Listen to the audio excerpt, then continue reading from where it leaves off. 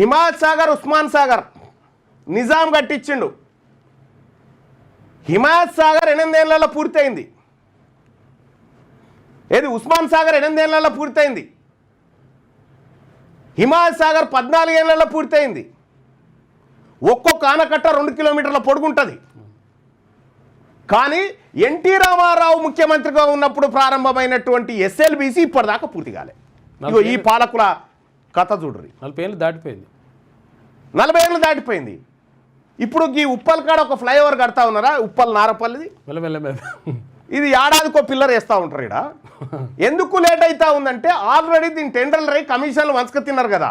ఇప్పుడు ఎవరికి కమిషన్లు రావు కాబట్టి ఎవడు పట్టించుకుంటలేడు అన్నట్టు దీని కథ. ఇది కమిషన్లు వచ్చే కార్యక్రమమే, ఇంకొకటి కాదు. నిజాం పరిపాలనలో బడ్జెట్కు అప్పుడు హెల్త్ అండ్ ఎడ్యుకేషన్ కలిపి ఉన్నాయి. బడ్జెట్లో 8% వాటా ఈ 2 రంగాలకు ఉండే. తెలంగాణ రాష్ట్రంలో ఈ పరిపాలకులు వస్తారనే, ఈ రెడ్లు రావులు వస్తారనే, వీళ్ళు ప్రజలను పిచ్చోళ్ళని చేస్తారనే కావచ్చు. బహుశా నిజాం ఎర్రగడ్డ పిచ్చి దవాఖాన కూడా కట్టించింది ఆఖరికి. వీళ్ళు ఎన్నడో పిచ్చోళ్ళని చేస్తారు జనమని.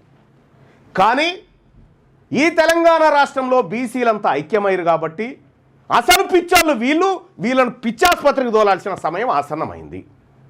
మా సంపద కొల్లగొట్టిన దుర్మార్గులు వీళ్ళు.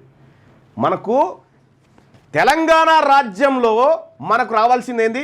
ఈ 4,42,000 కోట్ల రూపాయలకు రేవంత్ రెడ్డి, కేసీఆర్ ఇద్దరు జమానత్ ఉండాలి. 4,42,000 కోట్ల రూపాయలకు మీరిద్దరే జమానత్ ఉండాలి. మీ ఆస్తులు జమానత్గా పెట్టుర్రి.